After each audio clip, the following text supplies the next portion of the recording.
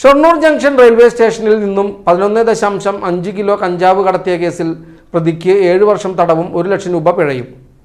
നിലമ്പൂർ നീലഞ്ചേരി കാളിക്കാവ് വള്ളിക്കപ്പറമ്പിൽ വീട്ടിൽ Abdul റഹ്മാനെയാണ് Palakkad 2 additional sessions കോടതി judge Sudheer David ശിക്ഷ വിധിച്ചത്. 2019 ഫെബ്രുവരി 5-ന് ഷൊർണൂർ റെയിൽവേ സ്റ്റേഷനിലെ 5-ാം നമ്പർ പ്ലാറ്റ്ഫോമിന് സമീപം വെച്ച് 2 ബാഗുകളിലായി ഒളിപ്പിച്ചു കടത്താൻ ശ്രമിച്ച ഇതര ജില്ലകളിൽ വിൽപ്പനയ്ക്കായി എത്തിച്ച കഞ്ചാവുമായി പ്രതിയെ പിടികൂടുകയായിരുന്നു.